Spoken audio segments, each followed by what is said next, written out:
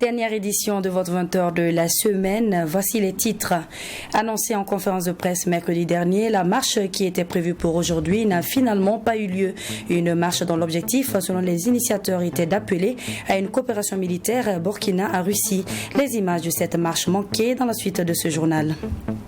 Événement heureux, célébration des 30 ans de Festival Jazz Awaga. Une célébration musicale prévue pour se tenir du 29 avril au 7 mai prochain à Ouagadougou, selon les initiateurs qui étaient face à la presse ce 22 avril au cours d'une conférence de presse. Et puis en Guinée et Conakry, l'ancien président Alpha Condé a été libéré, une annonce faite par la junte militaire au pouvoir ce vendredi même. Tout en continuant de bénéficier d'une protection adéquate, ce dernier recevra à sa demande les membres de sa famille, ses proches et amis. Mesdames, Messieurs, c'est toujours un plaisir pour moi de vous informer. Bonsoir et bienvenue à toutes et à tous. Nous démarrons ce journal avec la marche de ce 23 avril qui n'a finalement pas eu lieu, comme je vous le disais plus haut. Par contre, un lieu et place des manifestants, c'est plutôt un dispositif extraordinaire des forces de l'ordre qui a envahi la place de la Nation. Les forces de l'ordre ont pris leur quartier très tôt ce matin, depuis le rond-point du 2 octobre jusqu'au rond-point des Cinéastes. Cela dit, un manifestant a quand même été arrêté et amené par les forces de l'ordre. À noter que cette marche avait été annoncé au cours d'une conférence de presse mercredi dernier par une coalition d'organisations de la société civile dénommée Burkina-Russie et dont l'objectif, selon les initiateurs, était d'appeler à une coopération militaire entre les deux pays. Constat de Sarah Kaboré avec la voix de Kiswansida Kaboré. Initialement prévue pour ce samedi 23 avril, la marche annoncée par le mouvement Burkina-Russie n'a finalement pas eu lieu. Déjà à 8 h du matin, aucun signe des manifestants à la place de la Nation. Seule la gendarmerie nationale occupait les lieux avec un dispositif sécuritaire important. Vers 8h30, les premiers coups de gaz lacrymogènes se font entendre au niveau du rond-point du 2 octobre. On assiste à une course-poursuite entre manifestants et forces de l'ordre. Et dans cette course, un manifestant a été interpellé par les éléments de la gendarmerie avec en main le drapeau du Burkina et celui de la Russie. Après quelques minutes d'interrogatoire, il sera embarqué par les FDS qui refusaient de nous donner des explications. À 9 h, toutes les voies jouxtant la place de la Nation ont été bloquées par les forces de l'ordre. Toute personne qui tentait d'emprunter le passage était soumise à un contrôle d'identité ou rebroussait chemin. Quand nous quittions les lieux, la situation était calme et les éléments de sécurité déployés sur les lieux continuaient de faire la ronde. Rappelons que cette marche a été lancée par le mouvement Burkina-Russie le mercredi dernier. Une marche qui avait pour objectif, selon ses initiateurs, de demander aux autorités de la transition de se tourner vers la Russie pour une coopération militaire en vue de lutter efficacement contre l'hydre terroriste. La 22e édition du concours promotion de la langue française ProLAF s'est déroulée ce 23 avril au lycée mixte de Gounguin. Pour cette première phase, c'était plus de 600 candidats de différents établissements qui étaient en compétition pour espérer tirer leur épingle du jeu pour atteindre la phase nationale. Une approche prônée par l'Organisation internationale de la francophonie qui encourage la langue française. Mamindriana Kamabou nous en dit plus. C'est au lycée mixte de Gounguin que ces élèves de différents établissements ont passé la première phase, celle régionale du concours international intitulé ProLAF, promotion de la langue française, édition 2022. Un concours auquel a pris part les meilleurs élèves du secondaire du Burkina Faso. 1 heure, c'est le temps imparti aux candidats pour déposer leur copie. L'épreuve du jour qui a débuté à 7h15 a porté sur les règles d'orthographe. Ces élèves disent être confiants et pensent pouvoir être retenus pour la deuxième étape. On a composé ce matin l'épreuve de dictée. Et puis j'ai trouvé ça abordable. C'était un texte erroné, il fallait le copier, la dicter en corrigeant les fautes. Je pense que j'ai des chances de pouvoir être parmi ceux qui seront sélectionnés. C'est un texte quand même abordable. C'était à notre portée, en tout cas. Je pense bien avoir une bonne moyenne.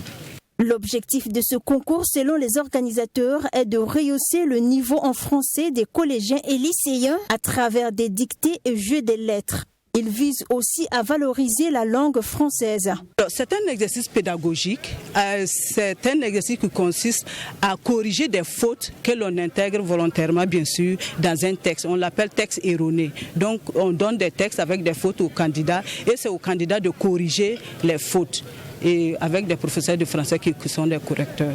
Mais aussi, je crois que c'est à travers le ProLAF, ça permet à l'enfant aussi de faire un autre type d'exercice qu'il ne voit pas régulièrement en classe et d'apprécier aussi son niveau en français. Ce sont environ 600 candidats qui prennent part à cette première phase de la compétition dans 4 villes du Burkina Faso. À l'issue du délibéré, les admis continueront l'aventure pour la phase nationale qui débute dès ce jeudi 28 avril 2022. Du 27 au 29 avril prochain se tiendra à l'Institut des sciences des sociétés les 5e journées scientifiques. Et en prélude à cet événement, les organisateurs ont animé une conférence de presse ce 21 avril à Ouagadougou au sein de la dite Institut. Conférence durant laquelle les grandes lignes de l'événement ont été déclinées. Des précisions dans ce compte-rendu de Fatimata Nekema. Promouvoir et valoriser les résultats scientifiques de l'Institut des sciences des sociétés INSS et du Centre national de la recherche scientifique et technologique. C'est là toute l'ambition des 5e journées scientifiques de l'Institut des sciences des sociétés. Une 5e édition placée sous le thème « Crise sécuritaire et sanitaire au Burkina Faso et la résilience des populations ». Un thème qui a suscité plusieurs sous-thèmes qui feront l'objet de communication au cours des 3 jours de réflexion. Il convient d'indiquer que 55 communications seront déroulées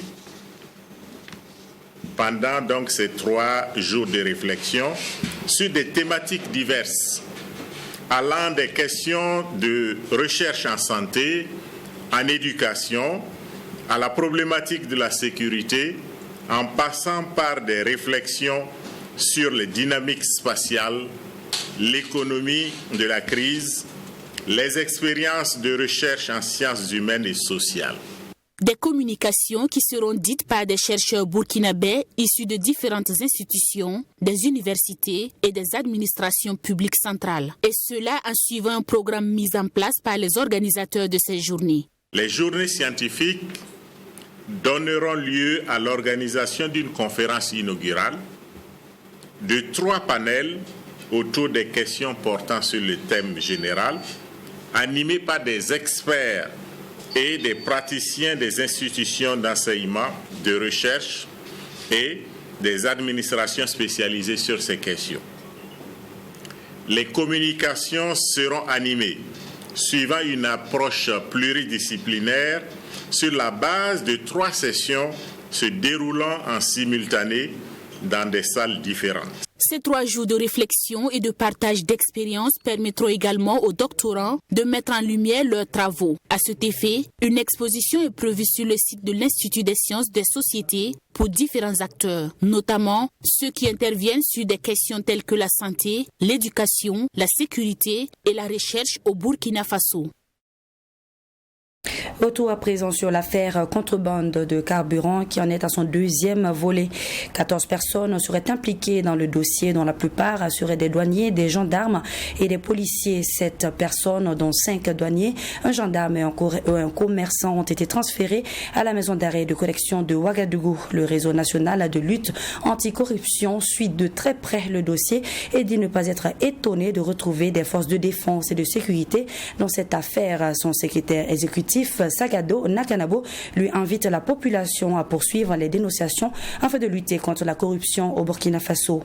Écoutons-le avec Michael Tougri. Quand vous regardez ce qui se passe sur les routes, les contrôles sont, comme beaucoup de dossiers l'ont montré, entachés donc de corruption. À savoir que les corps habillés prennent de l'argent et laissent passer des gens qui ont quelque chose dans leurs marchandises. Et si les corps habillés chargés du contrôle sur les voies publiques, sur les routes, peuvent laisser passer du carburant, qu'est-ce qu'ils ne peuvent pas laisser passer? Si vous avez remarqué, dans nos différentes productions, notamment le rapport sur l'état de la corruption.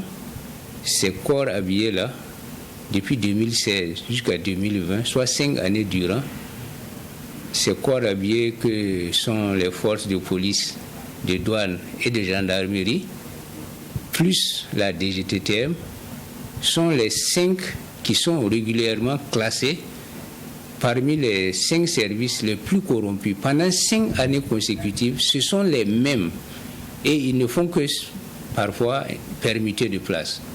Ce qui est quand même un signe annonciateur. Et bon, le fait qu'aujourd'hui on les épingle sur un trafic quelconque ne nous surprend pas. Parmi les acteurs judiciaires au niveau des pôles ECOFI, nous avons aussi rencontré des acteurs qui sont très engagés et qui ont plusieurs fois donné la preuve de leur sincérité dans le traitement des dossiers judiciaires. Donc nous, on n'a aucune raison de penser que ce dossier-là va foirer. Même s'il y a des insuffisances, l'une de nos plus grandes attentes dans cette période, notamment de transition, c'est de demander aux populations de s'impliquer, notamment dans le cadre des appels que la SELC a eu à lancer pour demander des informations, le 80 00 11 22, pour recevoir des dénonciations. Le 10 avril 2022 s'est déroulé le premier tour de l'élection présidentielle en France, avec à l'arrivée pour le second tour de ce 24 avril 2022, Marine Le Pen, la candidate du Rassemblement national, et Emmanuel Macron, le président en sortant. Une élection qui se tient à un moment où des voix s'élèvent de plus en plus dans des pays africains pour une rupture de la coopération France-Afrique.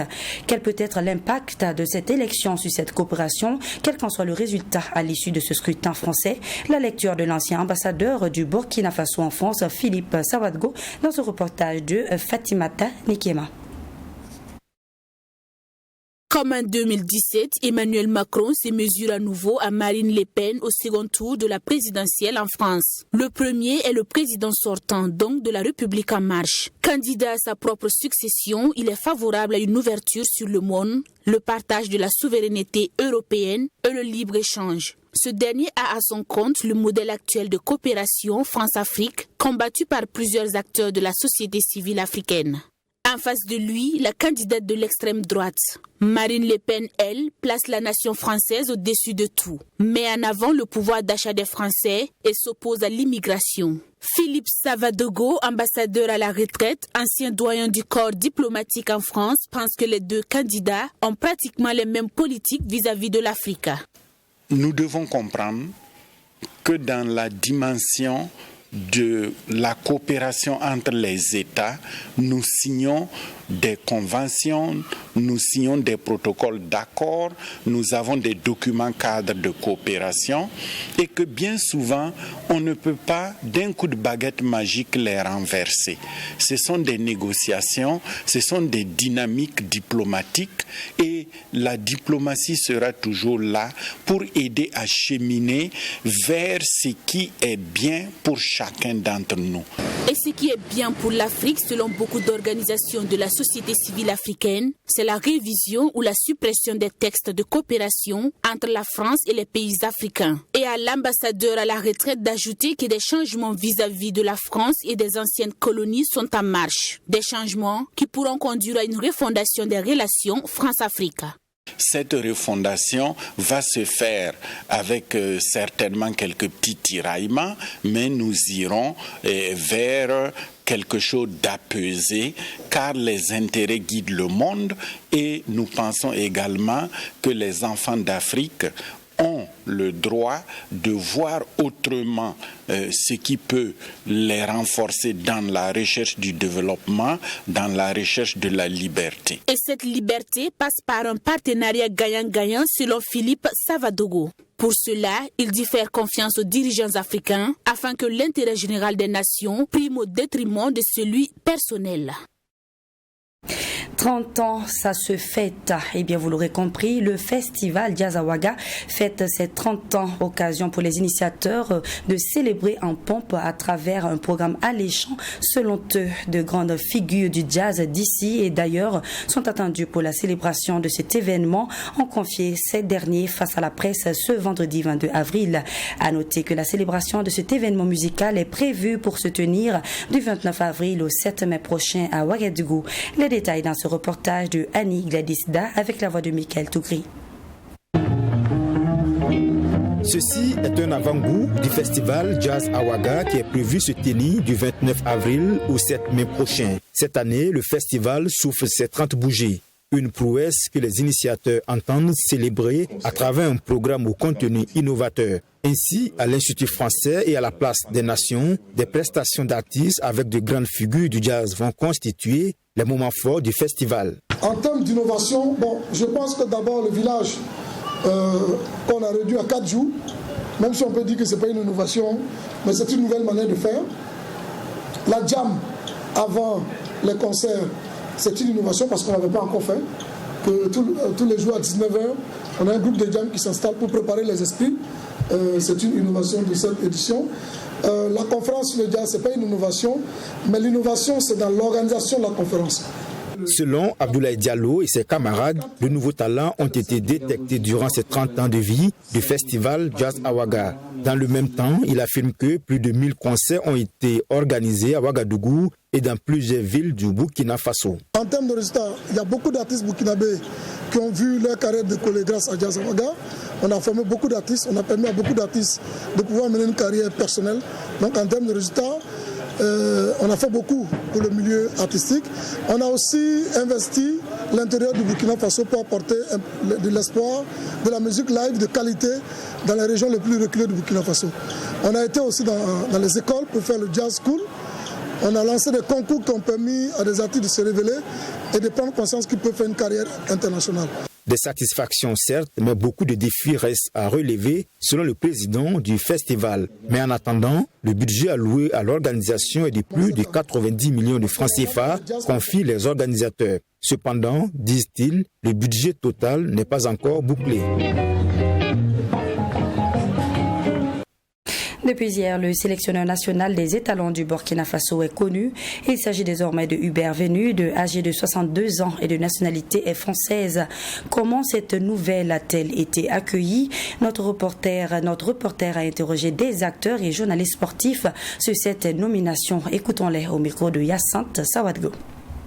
L'atmosphère qui s'y est à l'ancienne du comité exécutif de la FBF là, ne va pas se sentir sur le nouveau entraîneur qui vient d'arriver. Sinon, en matière de palmarès, c'est bien vrai qu'en plus d'être entraîneur, il faut être un management des hommes, il faut avoir l'intelligence nécessaire pour te mettre au même niveau que tes acteurs afin d'engager un bon résultat.